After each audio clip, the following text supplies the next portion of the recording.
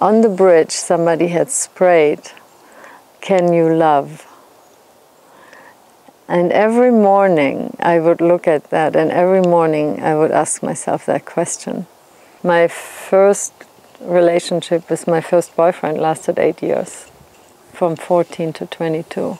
I had a child at the age of 25. I think it was just one of the most beautiful things that could have happened to my life, and the most beautiful thing. I left Germany with my son, and I lived in a Native American Indian community for 6 months. And it was funny because I really literally, I had a backpack. I had my son in a front pack, and I had a bag with diapers when I came to this country. But it was an amazing connection to the land because we lived far away even from the next village. It was a mixture of teepees and wiki-ups, which are these structures that look like baskets, and a couple of structures that were communal structures, the kitchen and living room, things like that. There was a very interesting dating system. You could opt not to date at all. But what was not allowed is that you would be flirting around and then get together. So what the system was that the women had a mentor, counselor, and so did the men.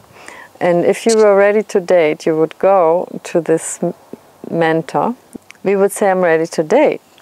Then she would pass this on to the mentor of the man, and he would say, "So-and-so is ready to date." And so at some point I felt like I had been there for a few months. I felt, well, I wouldn't mind doing that, you know. And there was actually a little bit of flirting here and there, you know. So I said, okay, I'm ready to date. And then a day later she called me and she said, so-and-so and so-and-so would like to spend the night with you. And I said, what? And she said, well, you did say you are ready to date. And I said, I didn't know what it meant. Well, we moved in together, we lived together. I had 3 children. One of them was in college by now. I'm a therapist, I don't make massive amounts of money. And Billy had become very successful.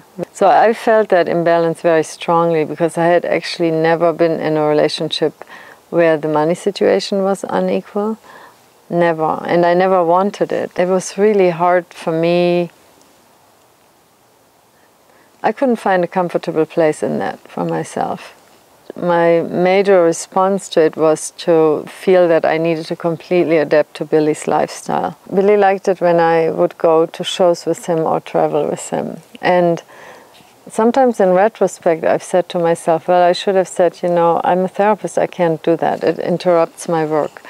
Well, we lived together for 7 years. The last year of Billy and I living together, I often had this feeling that I'm just in somebody else's movie. Also, my daughter was about to leave for college, and so it almost felt like if I stayed in this situation, anything that defined my life was going to go, you know.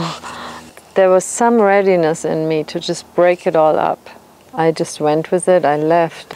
It was heartbreaking, and it was hard, and I lost a lot of weight, but it was such a gift. It was an amazing opening for me. So it really started something very important for me in terms of waking up for myself.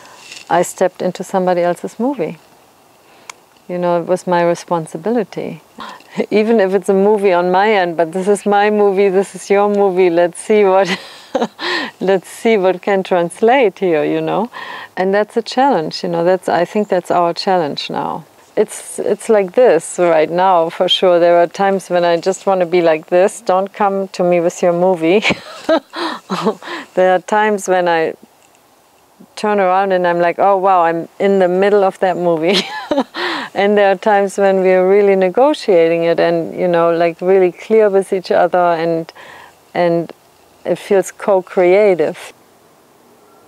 So it's this, in a big way, about an inquiry about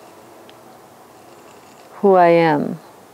And that's not a question that can be answered in a little box. And so I'm also really not looking for a little box. I am definitely still looking for a way in which Billy and I can share that. I'm willing to open up to that uncertainty. What I'm seeing is there is this fear of like being swallowed up by the relationship. I love the place where we live, and when I needed to leave and I left, I didn't think about it once. The most beautiful connection in my life has been my children, and it's been wonderful to live with them. Whether I agreed with them or not, and sometimes I would maybe fight with them about it, but God, there was so much energy and so much life in my life. I wouldn't have missed that for anything.